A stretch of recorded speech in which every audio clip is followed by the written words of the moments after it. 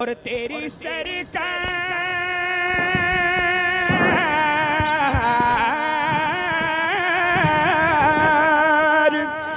سرکار میں لاتا ہے رضا اس کو شفیع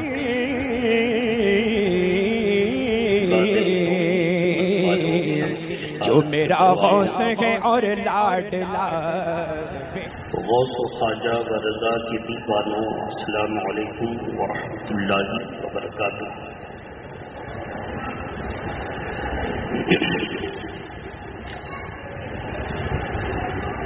الحمدللہ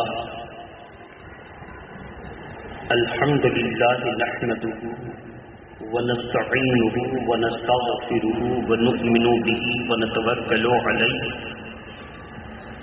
ونعوذ باللہ من شرور انفسنا ومن سیئات اعمالنا من یهده اللہ فلا مضل له ومن يضلل فلا هادي له ونشهد ان لا اله الا الله وحده لا شريك له ونشهد ان سيدنا محمدا عبده ورسوله اما بعد فاعوذ بالله من الشيطان الرجيم بسم الله الرحمن الرحيم فيها يفرق كل امر حكيم وقال الرسول صلی اللہ تعالی علیہ وسلم رجب شہر اللہ وشعبان شہری صدق اللہ العلی العظیم وبلغنا رسوله النبی الامین المتین الکریم۔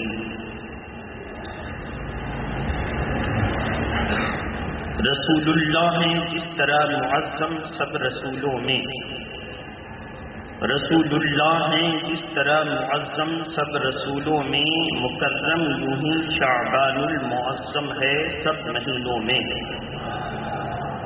مکرم یوں ہی شعبان المعظم ہے سب مہینوں میں۔ عزیزان ملت اسلامیہ، آج کی اس محفل محبت میں اپنے اسلاف کی اتباع کرتے ہوئے آپ کے سامنے اللہ اور اس کے رسول کا پیغام لے کر حاضر ہونے کی سعادتیں حاصل کر رہا ہوں۔ قرآن مقدس پارہ نمبر 25 سورہ دخان کی آیت کریمہ نمبر 4، اللہ کا ارشاد فیہا یفرق کل امر حکیم۔ اس مقدس رات میں بانٹ دیا جاتا ہے ہر حکمت والا کام۔ مفسر فرماتے ہیں کہ حکمت والے کام سے مراد ہیں ارزاق، اعمال اور آجال۔ ارزاق، اعمال اور آجال کا ترجمہ یہ ہے رزق، سال بھر کی عمل کیسے ہوں گے سال بھر کے، اور کتنی امواتیں ہوں گی سال بھر میں، وہ اس مقدس رات کو سب فرشتوں کے دفتر میں اللہ کے پاس سے آ کر جمع ہو جاتا ہے۔ تو ایسی صورت میں ہمیں اور آپ کو جب یہ فائدہ معلوم ہو گیا تو اس شعبان المعظم کے مہینے میں اب ہم اپنے گناہوں کی سچے دل سے معافی مانگیں، کیونکہ اللہ کے پیارے نبی صلی اللہ علیہ وسلم نے فرمایا کہ اللہ تبارک تعالی سارے مجرموں کے گناہ کو معاف کر دیتا ہے، لیکن کچھ جرم کے کرنے والے مجرم اس نوعیت کے ہیں کہ عام معافی کے دن بھی ان کو معافی نہیں ملتی ہے۔ ماں باپ کو ستانے والا، شراب کے نشے میں مدہوش رہنے والا، سود چلا کر لوگوں کے محنت و مشقت کی کمائی کو ہڑپنے والا، اور چغل خور جو ایک دوسرے کی چغلی لگا کر فتنہ و فساد پھیلاتا ہے. ایسے وہ مخصوص لوگ ہیں کہ ان کو معافی نہیں ملتی. ہاں، ہمارے آقا صلی اللہ علیہ وسلم جو اپنی امت پر رؤوف اور رحیم ہیں، مہربان ہیں، وہ فرماتے ہیں ایسے لوگ بھی اگر سچے دل سے توبہ کر لیں اور پرعزم ہو کر یہ عہد کر لیں کہ آئندہ سے یہ گناہ نہ کروں گا، تو اللہ ان کی بھی توبہ کو قبول فرماتا ہے. اب جب اس مقدس مہینے میں توبہ نصوح کے ذریعے ہم سب نے روحانی پاکیزگی حاصل کر لی، تو پھر اب اللہ تبارک و تعالیٰ ارشاد فرماتا ہے تو پھر آ جاؤ. اس مقدس مہینے میں ایک تقدس والی رات ایسی ہے کہ جس رات کو ہم نے تمہیں خود بلایا ہے. آ جاؤ پھر، اب آؤ اللہ کی رحمت کو لینے کی. تو ہمیں چاہیے کہ ماں باپ کو ناراض کیا، بزرگوں کو ناراض کیا، علماء اور صوفیہ سے ذاتی طور پر رنجش رکھی اور ان کو نقصان پہنچا کر دین کو نقصان پہنچایا، امت مسلمہ کو توڑا، دین کے نام پر تفرقہ ڈالا، دنیا کے نام پر تفرقہ ڈالا. وہ سب اپنی غلطی کا اعتراف کر کے معافی مانگیں، ورنہ لمبے لمبے ہاتھ اٹھیں گے لیکن اللہ ان کی دعا کو قبول نہیں فرمائے گا. اللہ کے پیارے نبی صلی اللہ علیہ وسلم فرماتے ہیں کہ بہت سے دعا کرنے والے ایسے ہیں کہ دعا کرتے کرتے تھکیں گے، ہاتھ اٹھائے اٹھائے تھک جائیں گے، لیکن اللہ کو کوئی پرواہ نہیں ہے، ان کی دعا قبول نہیں ہوگی. یا رسول اللہ، یہ کون لوگ ہیں؟ کہا یہ وہ لوگ ہیں جنہوں نے دوسروں کو تکلیف پہنچائی، اگر اپنا معاملہ آیا تو بدلہ لینے کے لیے کھڑے ہو گئے اور ظلم کر دیا، اور اللہ اس کے رسول کی بات آئی تو آنکھ بند کر کے چلے گئے. تو جب ان پر بھی مصیبت آئے گی تو پھر اللہ کی مدد ان کے پاس نہیں آئے گی، اللہ ان کو چھوڑ دے گا. نسوا اللہ فنسیہم، جس طرح جس وقت اللہ کے دین کو مدد کی ضرورت تھی انہوں نے کوئی کوشش نہ کی، تو جب ان کو مدد کی ضرورت پڑے گی تو اللہ چھوڑ دے گا، اللہ چھوڑ دے گا. آج گھر کی ہماری لکڑی کا بیڑا ذرا ادھر سے ادھر کوئی بدل دے تو سر کٹانے لگتے ہیں، لیکن اسلام و سنیت پر آنچ آتی ہے تو اور بد باطن کے طرف سے ہو کر کے اور صحیح عقیدہ کو ڈانٹتے ہیں، ایسا کیوں کیا، ایسا کیوں کیا، اور بڑے بہادر بنتے ہیں. اللہ کا ارشاد سننے وہ آج بلائے بیٹھے ہیں، جب ان کو ضرورت لگے گی تو اللہ ان کو چھوڑ دے گا. محبت کے ساتھ ہم اور آپ تیار ہو جائیں. سب سے پہلے الیکشن کا وہ ہنگامی حالت گزر گیا، میں نے آپ سب کو مقابلے کے لیے چھوڑ دیا، آپ نے خوب مقابلہ کیا، بہت سارے گناہ کیے، کوئی مندروں میں جا کر مرادیں مانگتا رہا، کوئی غیر مسلموں کو خوش کرنے کے لیے اپنے اللہ کو ناراض کرتا رہا، جس کو جو سمجھ میں آیا کرتا رہا، کوئی پوجا نہ کیے ہوئے بیٹھا رہا، کوئی ٹیکا ویکا لگا کر کے سیلفی لینے کے چکر میں غیروں کو خوش کرنے کی کوشش کرتا رہا. ہر ایسے مجرم اپنے اپنے گریباں میں جھانکے، کسی دوسرے کو جھانکنے کی ضرورت نہیں، اپنے اپنے گریباں میں جھانکیں، جو ہوا سو ہوا. ہر آدمی اپنے گریباں میں جھانک کر سچے دل سے توبہ کر لے، سچے دل سے توبہ کر لے کہ مولا تیری طرف سے امید کرنی چاہیے، ہم نے غیروں سے امید باندھی. اللہ کا ارشاد ہے تم مجھ سے امیدیں کرو گے تو میں تمہاری امیدیں پوری کر دوں گا. اور تم غیروں سے امید لگاؤ گے تو میں تمہاری امید کو اور بڑھا دوں گا، تم تھک جاؤ گے، کوئی مراد پوری نہ ہوگی، کوئی مراد پوری نہ ہوگی۔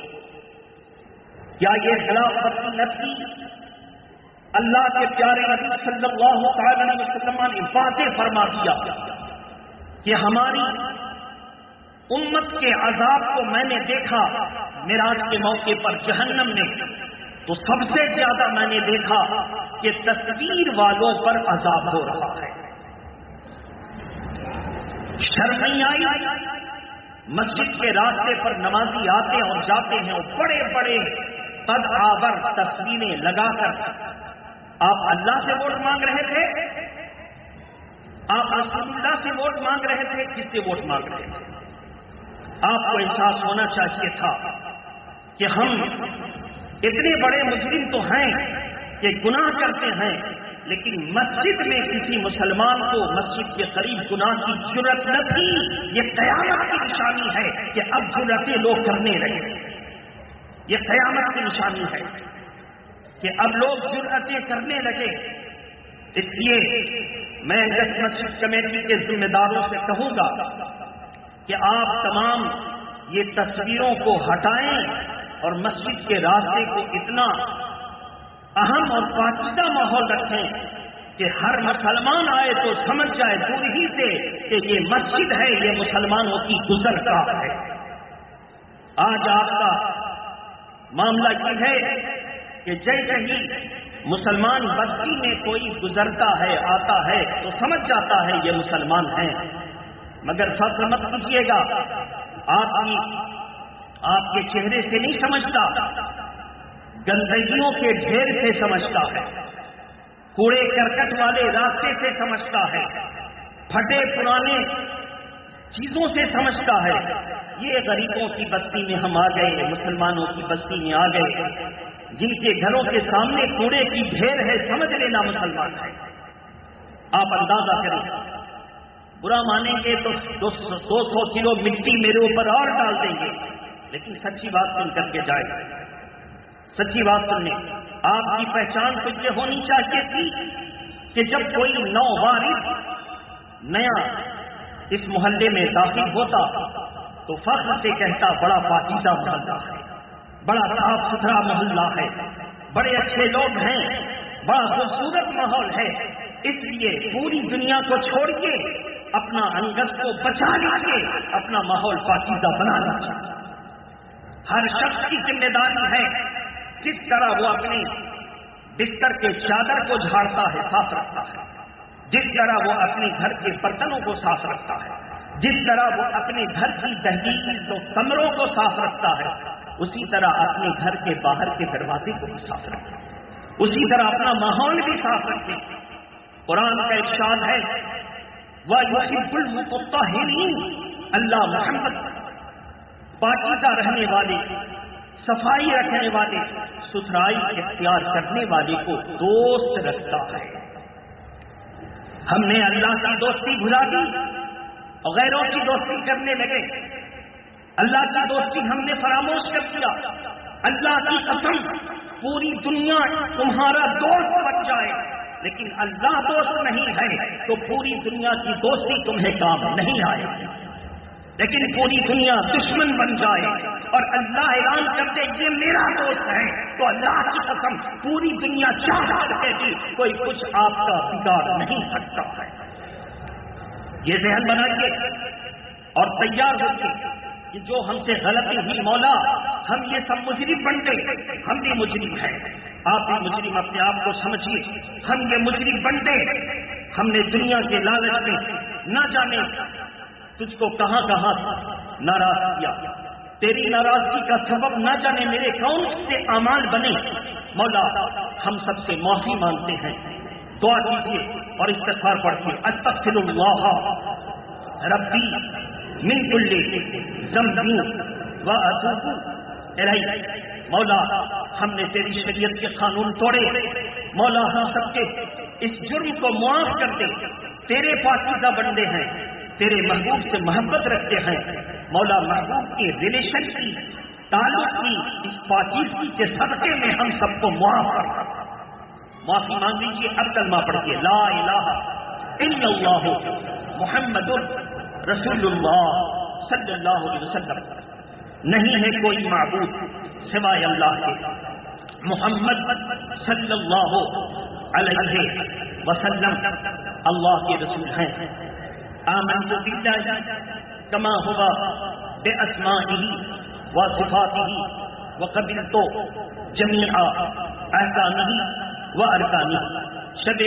شعبان المعظم کے تعلق سے سماعت کریں. محبت کے ساتھ درود شریف پڑھیں. اللہم صل علی سیدنا شفیعنا حبیبنا مولانا محمد وعلی آلہ واصحابہ وبارک وسلم صلاۃ و سلام علیک یا رسول اللہ صلی اللہ علیہ وسلم. تو عزیزان ملت اسلامیہ، اللہ تبارک تعالیٰ قرآن مقدس 25واں پارہ سورہ دخان کی آیت کریمہ نمبر 4 میں ارشاد فرماتا ہے فیہا یفرق کل امر حکیم. اس مقدس رات میں ہر حکمت والا کام بانٹ دیا جاتا ہے. لیکن قربان جائیے، اللہ تبارک تعالیٰ نے فرمایا آؤ پھر اپنی تقدیریں جگانی ہے، سنوارنی ہے. اس مقدس رات میں تقدیر کے تمہارے فرشتوں کے دفتر میں جمع کرنے سے پہلے آ جاؤ. آ کر کے اپنی تقدیریں درست کروا لو. آ کر کے اپنی بگڑی سنوار لو. آؤ اللہ کی بارگاہ میں رجوع کرو. اور اس مقدس شب برات میں جب ہمارے اعمال و آجال و ارزاق کے رجسٹر پرانے بند ہوتے ہیں، نئے کھلتے ہیں، تو اللہ کے پیارے نبی نے کیا فرمایا؟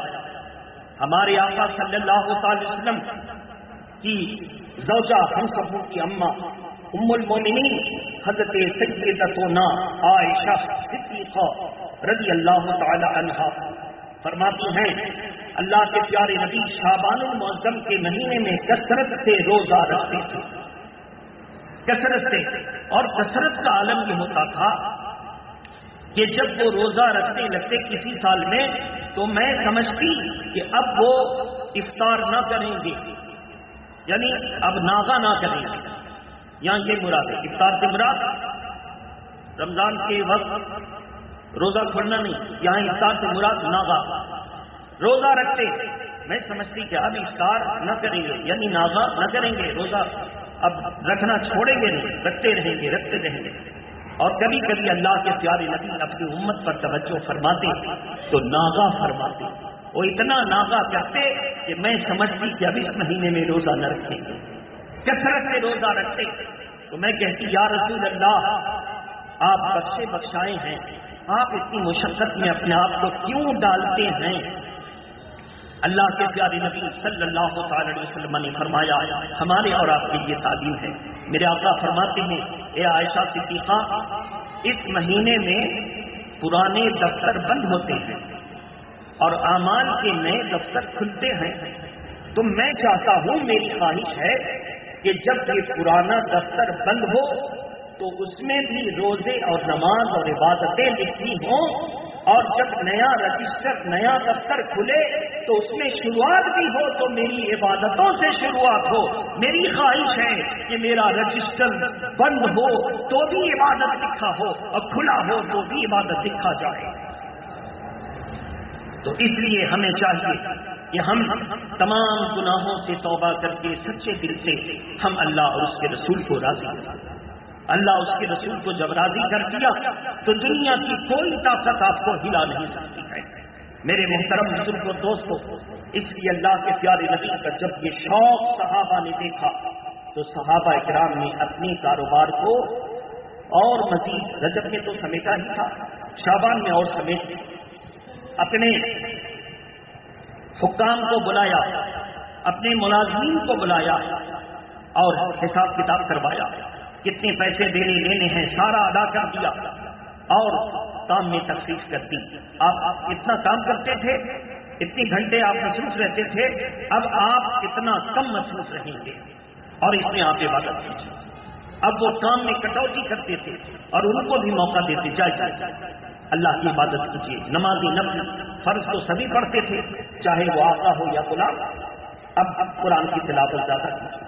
صحابہ کرام جہاں بیٹھے ہوں اور میرے نبی کی پیاری پیاری بات، ان کی پیدائش، ان کا میلاد، ان کا ذکر چل رہا ہو، وہاں جا کے آپ بیٹھیے، حضور کا ذکر سنیے. یاد رہے تم اپنے بچوں کی بھولی بھالی صورت، ذکر، الفاظ، انداز، ان کی ایکٹنگ کا ذکر کرتے ہو تو پھولے نہ سماتے ہو. اللہ کے پیارے نبی جیسی موہنی صورت کوئی ہے تو بتا دو، ان کے جیسا کوئی طریقہ ہے تو بتا دو، ان کی جیسی کوئی ذات ہے تو بتا دو. تم اپنے بچوں سے اس لیے ان کی اداؤں کو یاد کرتے کرتے پھولے نہ سماتے ہو کہ محبت ہے. اللہ کی قسم، اللہ کے رسول کی محبت ایک مومن کے سینے میں اپنے بچوں اور اپنی جان سے بھی زیادہ ہونی چاہیے. تبھی تو اللہ کے پیارے نبی نے اس مہینے کو اپنے ذکر سے جو ہے مسمى فرما کر کے کہا دیا، شعبان و شہری، یہ شعبان میرا مہینہ ہے. اور جب رسول پاک صلی اللہ علیہ وسلم نے فرما دیا کہ یہ شعبان میرا مہینہ ہے تو صحابہ اکرام اس مہینے کا اور اہتمام کرنے لگے، اور زیادہ اہتمام کرنے لگے. اور جب اہتمام کرنے لگے تو کسی نے پوچھا کہ آپ اس مہینے سے اتنی محبت کرتے ہیں؟ کہا ہاں، میں چاہتا ہوں کہ اس مہینے کی ہر رات، ہر دن ہماری نیکیوں کا گواہ بن کر جائے، ہماری نیکیوں کا ہر لمحہ، ہر دقیقہ یعنی ہر سیکنڈ ہماری نیکیوں کا گواہ بن کر جائے. کیونکہ کل قیامت کے دن آپ کے ہاتھوں میں کچھ دن ملیں گے، کچھ راتیں ملیں گی، کچھ ہفتے ملیں گے، کچھ مہینے ملیں گے، کچھ سال ملیں گے. آپ دیکھیں گے کہ کچھ دن اور رات روشن ہے اور کچھ دن اور رات سیاہ تاریک ہے. دیکھیں گے آپ کہ کچھ ہفتے روشن ہیں اور کچھ ہفتے سیاہ ہیں، اندھیرے میں ہیں. آپ دیکھیں گے کہ کچھ مہینے اور سال روشن ہیں اور کچھ مہینے اور سال سیاہ ہیں. آپ کہیں گے مولا یہ کیا ہے؟ یہ کچھ روشن ہیں، کچھ تاریک ہیں.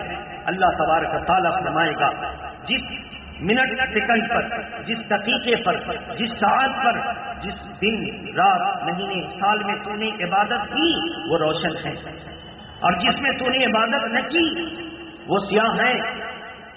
تو اب وہ حسرت کرے گا، اے کاش آج ان کو بہت سارے دن روشن والے ملے، ہمیں بھی کل کوئی بتا دیا ہوتا، ہمارے پاس بھی یہ روشن دن موجود ہوتے، یہ روشن راتیں موجود ہوتی.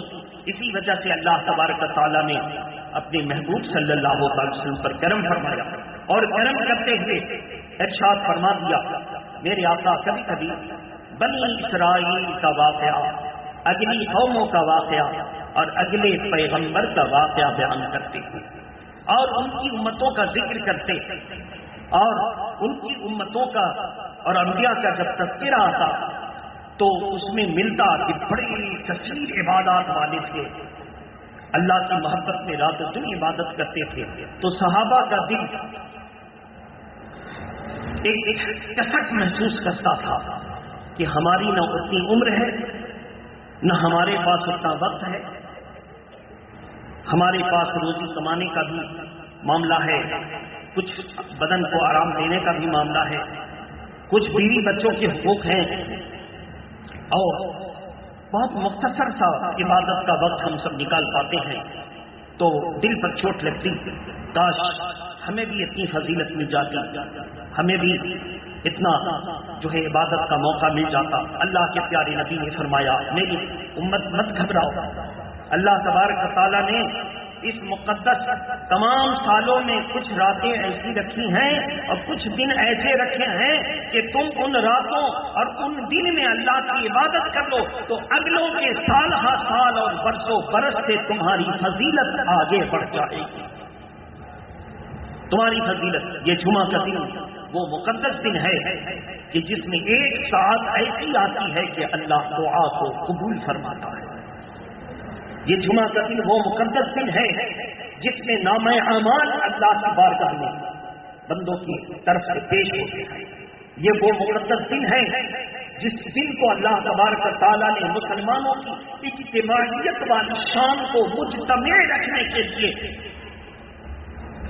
ہفتے کی عید قرار دیا ہے اور فرمایا جب تم اس ہفتے کی عید میں اپنی اجتماعی شان کے ساتھ آتے ہو تو تمہارا ہر چاروں طرف سے ایک طرف آنا، چاروں طرف سے ایک مسجد میں آنا، پورب سے، پچھم سے، اتر سے، دکن سے، کارنر سے، کونے سے، ہر طرف سے آنا، یہ تمہاری اجتماعی شان کو بتاتا ہے۔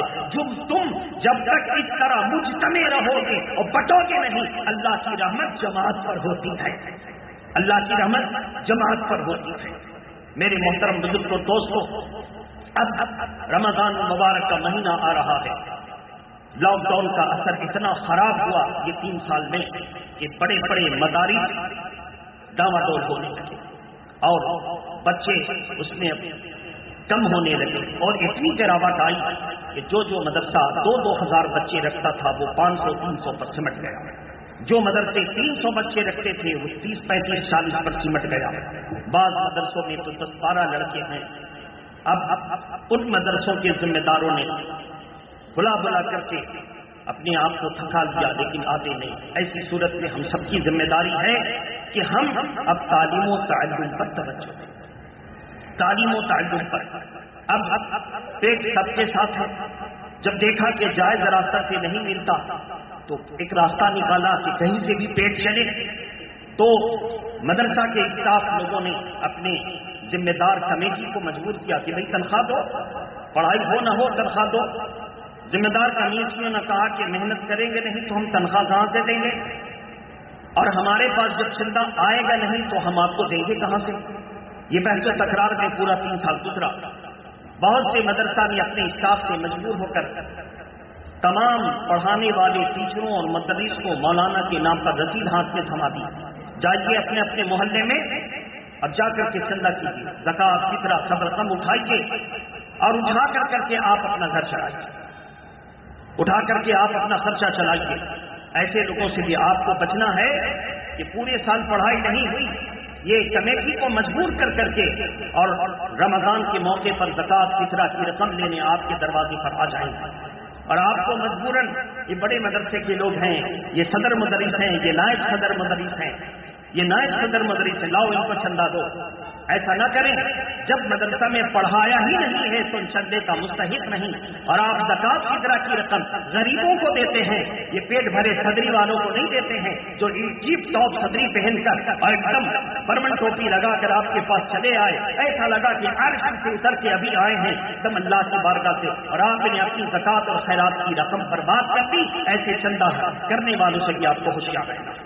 بہت سے مدارس دنیا میں بہت کوشش کر رہے، حضرت میری رسید دے دیجیے، کہا میں دیکھوں گا پہلے سال بھر آپ نے کتنے بچوں کو پڑھایا ہے، کیا آپ کا خرچہ، وہ پہلے میں دیکھوں گا۔ ابھی ہمارا یہ سارا معاملہ چل رہا ہے، جو مستند ہوگا، جس نے بچوں کو پڑھایا، محنت کیا، اسی کی رسید میں لاؤں گا، ورنہ میں انکار کروں گا۔ اس لیے میں کہہ رہا ہوں کہ بہت سے لوگ ان کے یہاں بیٹھے ہوں گے، وہ سنتے ہوں گے، صاف سننے، میرا موقف یہ ہے کہ عوام کا پیسہ برباد نہ ہو، عوام کا پیسہ جس مقصد کے تحت کیا ہے اس میں لگایا جائے۔ وہ خبر کر دیں مدرسہ والوں کو، ہمارا موقف یہ نہیں ہے کہ آپ ہم کو مسکا لگائیں گے اور ہم آپ کی رسید دے دیں۔ تو میرے محترم بزرگوں دوستوں، تو تنخواہ نہیں دیا، رسید پکڑیے، جائیے محلہ میں گھومیے، خوب چندہ کیجیے اور اپنا آپ خرچہ چلاتے رہیے۔ بتائیے یہ زکات کی رقم سے ان کے گھر کا خرچہ چلے گا، آپ کی زکات کا کیا حکم ہے؟ اس لیے آپ ہوشیار ہو جائیں۔ اس لیے میں کہتا ہوں کہ پہلے اپنے خاندان میں دیکھیے کہ غریب کون ہے، آپ جا کے اس کی ضرورت پوری کیجیے، یہ پیسہ آپ کا برباد نہیں ہوگا۔ پہلے آپ دیکھیے کہ آپ کے رشتے دار میں غریب کون ہے، پڑوس میں غریب کون ہے، آپ چل کر جائیے اس کی ضرورت کو پوری کیجیے، یہ پیسہ آپ کا برباد نہیں ہوگا۔ میرے محترم بڑے بڑے مدارس، میں نے ارشد میاں کے مدرسے کو دیکھا، وہ پورا معاملہ حساب کتاب کا رکھتے ہیں، اسٹاف سے پوچھتے رہتے ہیں کہ لاک ڈاؤن ہی صحیح کتنی پڑھائی ہوئی ذرا بتاؤ، کتنے بچے تمہارے پاس آئے، ساری ذمہ داری میں نے اٹھائی ہے، خرچہ تو بچے گئے کہاں، وہ حساب لیتے رہتے ہیں اور سخت نوٹس کرتے ہیں پڑھانے والے کو کہ آپ پڑھائیے گا تو ہی تنخواہ ملے گی، نہیں پڑھائیے گا تو تنخواہ نہیں ملے گی۔ اس سے کیا ہوتا ہے، پڑھانے والے مجبور ہو کر کلاس میں بیٹھتے اور پڑھاتے ہیں، نہیں تو پھر وہ نہیں کرتے۔ بہرحال میرے محترم بزرگوں دوستوں، ہمیں اور آپ کو چاہیے کہ ہم ہر طرح کے یہ مذہبی گناہ سے جو آپ کے سامنے رکھے، سیاسی گناہ سے بھی بچیں، مذہبی گناہ سے بھی بچیں، اور ان گناہ کرنے والے کو آپ پہچانیں۔ کہ 300 بچوں میں سے 15 بچے کو آپ نے پڑھایا نہیں اور 35 مدرس کی یہ تنخواہیں آپ زکات سے کاٹیں گے، یہ حرام خوری کب تک چلے گی؟ بہت سارے اعتراض اس پر آ رہے ہیں۔ اللہ تبارک و تعالی ہماری اور آپ کی حاضری کو قبول فرمائے۔ ہم لوگ اپنے محلے کی غربت کو دور کریں، خاندان کی غربت کو دور کریں، زکات اور فطرہ کی رقم مستحقین کو دیں، غیر مستحق کو نہ دیں، یہ آپ کی پوری ذمہ داری ہے، نہیں تو آپ کا پیسہ برباد ہوگا، زکات ادا نہیں ہوگی۔ وآخر دعوانا ان الحمد للہ رب العالمین۔ السلام علیکم۔ کھڑے ہو جائیں، صفحے درست کرنے، اطمینان سے۔